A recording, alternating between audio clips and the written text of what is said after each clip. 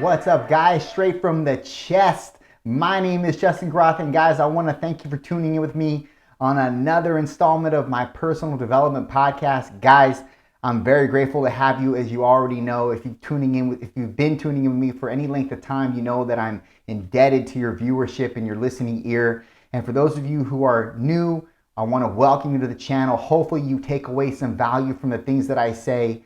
And just hopefully, that's the whole reason why I even do this podcast, guys, is because I hope that it delivers some type of value to some type of people, or just one person even in that regard. So guys, I posted something the other day on my Instagram story, and this is something that many of you who do follow me, you already know what I'm about to allude to. But for those of you who don't follow me, I just want to kind of clarify what it is and illustrate it real quick. It was regarding silverware being very complementative to who a person is. We have similarities with regards to silver. I know it's totally something that's obtuse and seemingly obtuse, but it makes sense if you go back and read what it was. So I'm not going to go through what different components or character traits symbolize the different silverware pieces, except for a butter knife and a steak knife. I want to touch on those two right now. So I oftentimes think that we are way more powerful than we even give credit to ourselves for, and that obviously comes from a long history or past of being suppressed or oppressed in the process of our life, whether it's coming from teachers, parents, friends, or all three of them, or even, anybody. I mean, it could really come from anybody. And the more you hear that you're not good at that particular thing, or that's something that kids do, and that's not something that you can do when you're an adult, and et cetera, the more you discard from that particular thing, and that could possibly be a catastrophe for you in your future, because that could quite frankly be the thing that differentiates you from everybody else. And what you don't understand, and I think that we all kind of lose sight of, is when we're kids, we're actually sharpening our blade for our future. We don't know it, but we are. And even though, some of the things that we like when we're a kid, they seem lackluster when we're an adult, and maybe they are, but maybe they're not.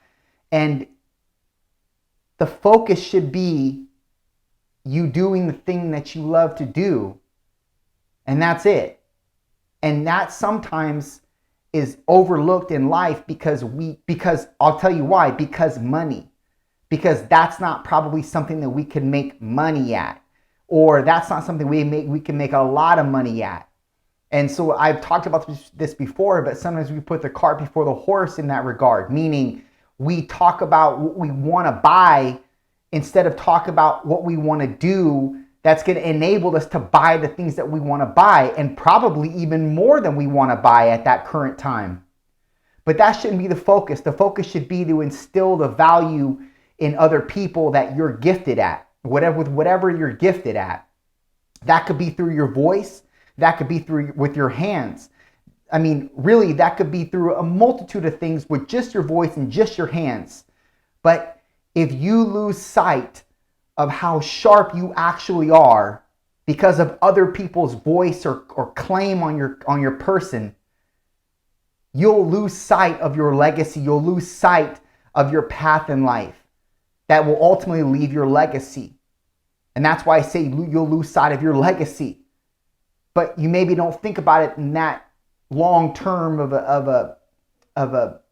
you don't think of it long term like that. You just think of it, well, in the here and the now. Yeah, maybe that person's right. Maybe I should deviate. Maybe I should do this instead of this because, they're right. And they're not probably right. Maybe you're right. Maybe you were right the whole time.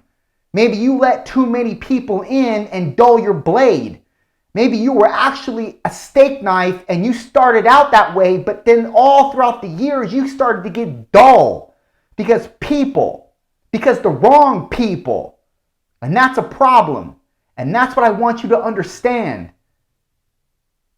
You were born to be a steak knife. And I know it seems silly to say that, but you got to understand the metaphor behind it. It's most powerful. Steak knives don't get brought out all the time. Steak knives get brought out on occasion. And they get presented to that person that's about to eat the dish before the dish arrives. And they usually put it in a nice little napkin, and it's shiny and it's new looking. That's you. You're not just an amalgamation of all the other utensils, like with the fork and the butter knife and the spoon. That's not who you were called to be. You were called to be rare. You were called to be something that can do damage, that can cut through anything that it's dealt. That's how you were called, man. That's what's in you right now. And you're letting way too many people dull your blade. And that's the truth of the matter. And you are letting the enemy himself tell you that you're not sharp, that you only got what a butter knife can do. You can only do the damage a butter knife can do. That's inaccurate. You need to continuously sharpen your blade. The problem is, most of you don't even think you're sharp right now. Maybe you're not.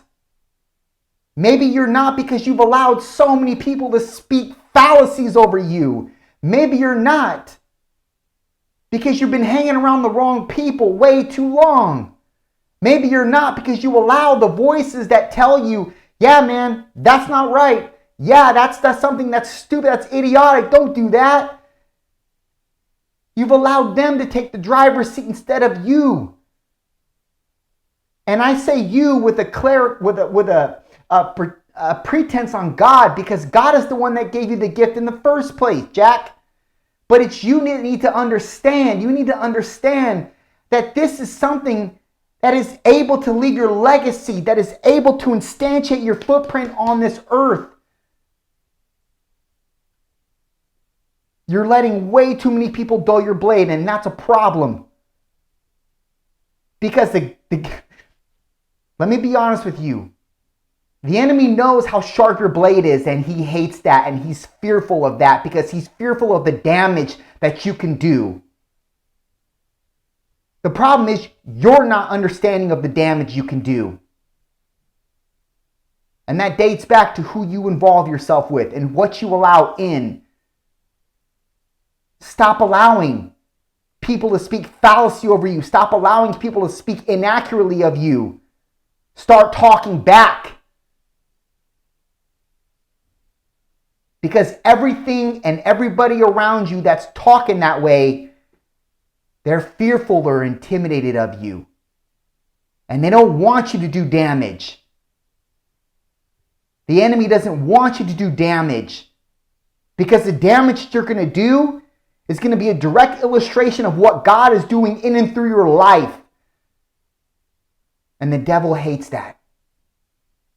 And he wants to suppress that as long as he can. And he wants to distract you as long as he can. And he wants you to think it's actually a dysfunction as long as he can. Because in that way, you're not a threat. So the whole while, you got this sharp blade in your pocket while you think you got a butter knife.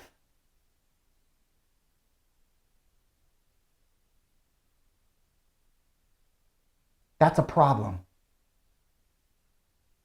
I want you to start understanding how sharp you actually are in the actual pathway that you were meant to be in.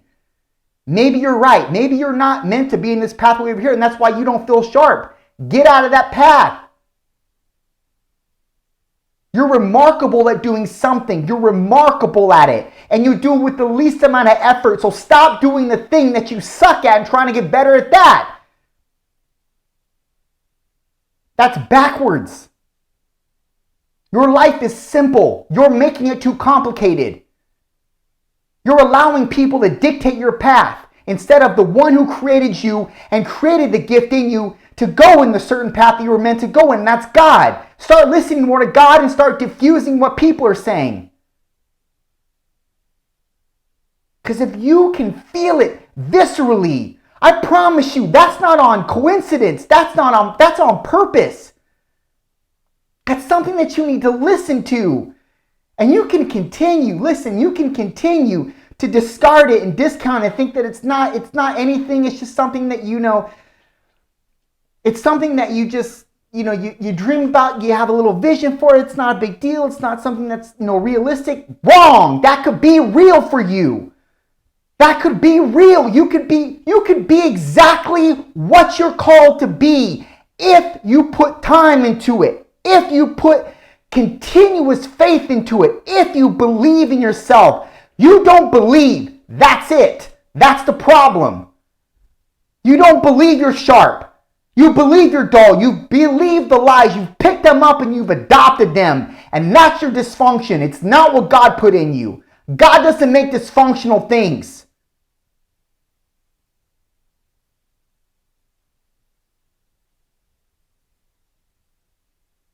Pay attention. Listen. Because the enemy's going to speak louder than God. So you can't allow the enemy to hold the prize over your head or win this battle. Because if you listen to the loudest voice, you're going to lose. You need to listen to the quiet voice. The one that seats in your gut. Listen to that. Done.